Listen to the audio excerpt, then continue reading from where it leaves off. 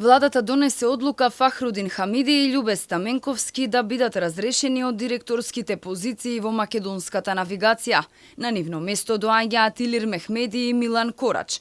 Оваа одлука сега треба да ја спроведе надзорниот одбор на МНАФ.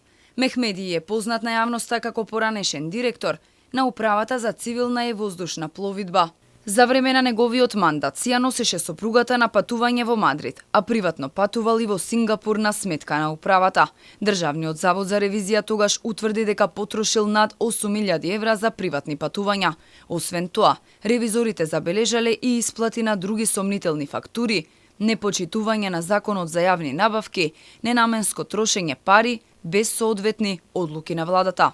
Милан Корак беше оперативен техничар во МНАФ. Сега ќе биде секторски директор на местото на Љубе Стаменковски, кој инаку во декември си ја поднесе оставката, а владата веројатно денеска само ја констатираше. На денешната седница не било предложено разрешување на членот на управниот одбор и директор на МНАФ Хасим Деари. Објаснувањето е дека Деари бил неодамна назначен на оваа позиција и дека не бил дел од проблемот. Предлог разрешувањата следеа откако во четвртокот група од 8 мина предводена од советникот од редовите на Дуи Беким Незири упадна во контролната кула. Сепак владата не закажа вонредна седница веднаш. Реши да се одмори за божикните празници, па на редовна седница одлучуваше по ова прашање.